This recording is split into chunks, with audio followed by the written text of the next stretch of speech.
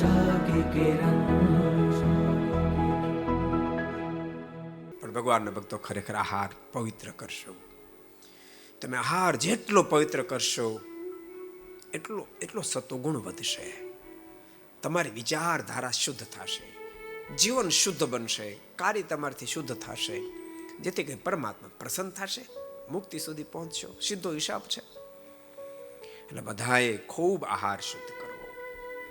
આજકાલ તો હવે સાયન્સે મળ્યું કહેવા તમે આહાર શુદ્ધ કરો, આહાર શુદ્ધ કરો.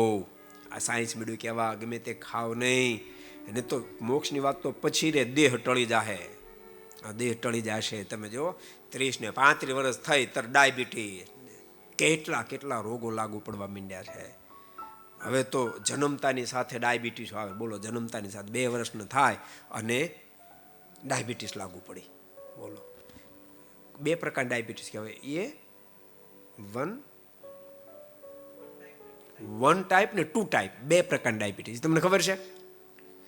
1 ટાઈપની ડાયાબિટીસ નાના બાળકોને થાય છે. અને ભક્તો, એવા નાના બાળકો 2000 કરતા વધારે ખાલી રાજકોટ શહેરમાં છે. આ વિચારવા જેવો પ્રશ્ન છે. ખાલી એક રાજકોટ શહેરનું માર્કિંગ કર્યું તો 2000 થી વધારે એવા બાળકો એ ટાઈપની ડાયાબિટીસ છે. અને એ ટાઈપની ડાયાબિટીસ હોય, એ ડાયાબિટીસનો કોઈ રસ્તો જ નહીં. એનો મહિનાનો દવાનો ખર્ચો 25,000, 30,000, 35,000 મહિનાનો ખર્ચો લાગે એવી પોઝિશન આવીને ઊભી રહી છે.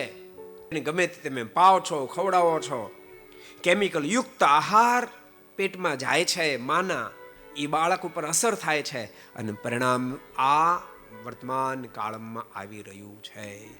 મોક્ષની વાત તો તમે છોડો, પણ શરીરને સાજું રાખવું છે તો પણ આહાર શુદ્ધિ અતિ મહત્વની ચીજ છે.